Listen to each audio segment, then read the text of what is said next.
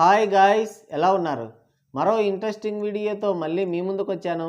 ఈ వీడియో చివరి వరకు చూసి నచ్చితే ఒక లైక్ వేసుకోండి. ఓకే, ఇక వీడియో స్టార్ట్ చేద్దాం. 3 కాసుల దానికి ముప్పావుల బాడి ఎందుకు అని అంటున్నారు మన టేడు పండితులు. మన రోడ్ స్టార్ వరుణ్ అన్నయ్య నటించిన గొరిగిన కనకరాజు సినిమా వచ్చిందన్న విషయం మీకు తెలుసుండదులే. ఆయన స్టార్డమ్ అలాంటిది. మరి ఆయన సినిమాలంతే పిల్లిలాగా సైలెంట్గా వచ్చి సింహరాశి సినిమాలో మెరుపుతీగ కంటే వేగంగా వెళ్ళిపోతుంటాయి. మనం పని కట్టుకొని వెతికితే యూట్యూబ్లో కొన్ని క్లిప్స్ దొరుకుతాయి అంతే. రిలీజ్ అవ్వడమే బాకీ. మెగా ఫ్యాన్స్ కూడా చూడకుండానే ఏ రాడార్లకి దొరకకుండా నేరుగా అస్సాంలో ల్యాండ్ అవుతుంటాయి. ఇలా చెప్తే నేనేదో వరుణ్ అన్నయ్యని పొగుడుతున్నాను అనుకుంటారు. కావాలంటే మీరే చెక్ చేసుకోండి. గరి, గాంధీవదారి, అర్జున, వాలంటీరు, గుట్కా ఈ సినిమాలు ఎప్పుడన్నా చూసారా? ఆ గుట్కా సినిమా అయితే ఎప్పుడొచ్చిందో ఎప్పుడు వెళ్ళిందో నిర్మాతలకు కూడా తెలియదు. కళ్ళు మూసి తెరిచేలోపు ఫ్లాష్ మ్యాన్ కంటే వేగంగా 40 కోట్లు బొక్క పెట్టాడు. అయినా సరే ఏం ఎరగనట్టు ఇంకో సినిమాతో వచ్చాడు. ఆ సింప్లిసిటీకి మనం ఇచ్చే వాల్యూ ఎంతండి? ఇది కూడా అస్సాంలోనే ల్యాండ్ అయింది. సినిమాలో ఏం లేదు, అంతా డొల్లా. చెప్పుకోవడానికి ఏమీ లేక వరుణ్ అన్నయ్య పేరు చెప్తే జనాలు అటువైపు తొంగి చూడరని, వచ్చిన వాళ్ళు కూడా వెనక్కి తిరిగి పారిపోతారని సత్యని హైలైట్ చేశారు. ఎక్కడ చూసినా సరే సత్యనే సినిమాని భుజాన మోస్తున్నాడు. కోర్స్ వరుణ్ అన్నయ్య కంటే సత్య పెద్ద యాక్టర్, అది కాదనిలేం. ఆయన పేరు చెప్తే జనాలు థియేటర్ వైపు రావడం లేదు, ఇంకేం చేస్తారు? సిచ్యువేషన్ ఎలా ఉందంటే ఈ గొరిగన్ కనకరాజులో హీరో వరుణ్ అన్నయ్య కాదు సత్య అన్నట్టుంది. ఇప్పటి వరకు వచ్చిన ప్రతి రూపాయి, తెగిన ప్రతి టికెట్ సత్య పేరు మీదనే. రక్తాలు వచ్చేదాకా రుద్దిన డే 1 వచ్చింది 3.5 కోట్లు.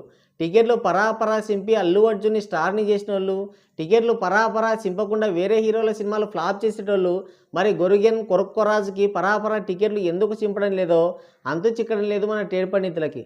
అయితే ఆ వచ్చిన చిల్లర కలెక్షన్స్లో కూడా పెద్ద ఎన్టీఆర్కి కొంత వాటా ఉంది. యుగపురుషుడు సినిమాలో ఒక డైలాగ్ని వాడుకున్నారు. పాత సినిమాల్లోని సీన్స్ని, డైలాగ్స్ని మేమ్స్ చేసి అవే మేమ్స్ని వచ్చే మూవీస్లో మళ్ళీ వాడుకొని జనాల్ని ఈపిలం చేయడం తప్ప సొంతంగా కామెడీ క్రియేట్ చేయడానికి చేత కావడం లేదు ఈనాటి కంటెంట్ రైటర్స్కి, డైరెక్టర్స్కి.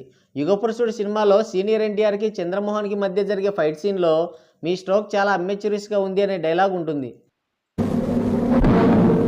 మీ స్ట్రోక్ చాలా అమెచ్యూరిస్గా ఉంది. ఈ డైలాగ్ని సినిమాలో వాడుకున్నారు. అందులో తప్పేం లేదు. ప్యారడీ చేయొచ్చు, ఇమిటేషన్ చేయొచ్చు. సుడిగాడు సినిమాలో అల్లరి నరేష్ అందరి హీరోల సినిమాల్ని ప్యారడీ చేశాడు. దూకుడు సినిమాలో ఎంఎస్ నారాయణ కూడా సేమ్ ఇలాగే ఇమిటేట్ చేశాడు. అందులో తప్పేం లేదు. కాకపోతే ఇక్కడ ఏం జరిగిందంటే ఈ డైలాగ్ని సినిమాలో వాడుకున్నారు. సినిమా రిలీజ్కి వారం ముందు నుంచి దీన్ని ఒరిజినల్ డైలాగ్ని ఇన్స్టాలో, ట్విట్టర్లో మేమ్స్ వేసి భయంకరంగా ట్రోల్ చేశారు.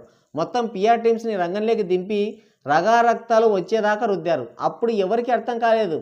సినిమా రిలీజ్ అయిన తర్వాత క్లారిటీ వచ్చింది. చూడండి ఈ మురికి మాఫియా రుద్దుడు ఏ రేంజ్లో ఉందో. మరి ఇది ట్రెండ్ అయింది 1 వీక్లో. అంతలోనే సినిమాలో ఎలా వాడుకుంటారు?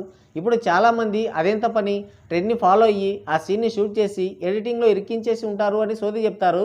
ఆల్రెడీ మన వరుణ్ అన్నయ్య క్లారిటీ ఇచ్చాడు. యాక్చువల్లీ ఆ సీన్ లాస్ట్ నవంబర్ షూట్ చేసామండి, అదే డైలాగ్తో. అంటే ఒకటి ట్రోలింగ్కి, ఇమిటేషన్కి చాలా డిఫరెన్స్ ఉంది. మీ కవరింగ్ చాలా అమెచ్యూరిస్గా ఉంది. ఇదే మొదటిసారా లేదంటే ఇంతకుముందు కవరింగ్ చేశారా? ఇమిటేషన్కి ఓ లిమిట్ ఉంటుంది. ఇమిటేట్ చేసేదానికి, సినిమా పైన హైప్ కోసం నీచంగా ట్రోల్ చేయించేదానికి చాలా తేడా ఉంటుంది వరుణ్ అన్నయ్య. ఈ సినిమాని ఎవడు పట్టించుకొని కూడా పట్టించుకోలేదు. హైప్ లేదు. అసలు ఈ సినిమా ఒకటి ఉందన్న విషయం కూడా ఎవరికి తెలియదు. సినిమా పైన హైప్ రావడానికి సీనియర్ ఎన్టీఆర్ని ట్రోల్ చేయించారు. ఓపెన్ చేస్తే చాలు అదే డైలాగ్. అంతలా పిఆర్ టీమ్స్ పనిచేశాయి. ఎంతలా అంటే ఫ్యాన్ వార్ జరిగేంతలా. రెండు వర్గాలు సోషల్ మీడియా బాగా కామెంట్ చేసుకోవటము, ఇది వాంటెడ్ చేశారు సీనియర్ ఎన్టీఆర్ గారు ఇదేది బాగా అయితే అవుతుంది. చూడండి 2 వర్గాలుగా విడిపోయి కొట్టుకుంటున్నారు కదా అంటే అవుతే అవనివ్వండి, ఏం చేద్దామంట. ఇలాంటి కన్నింగ్ క్వాలిటీస్ ఉన్నాయని బాలయ్య అలగా జనం బురద జాతి అన్నది వీళ్ళని కాదు కదా.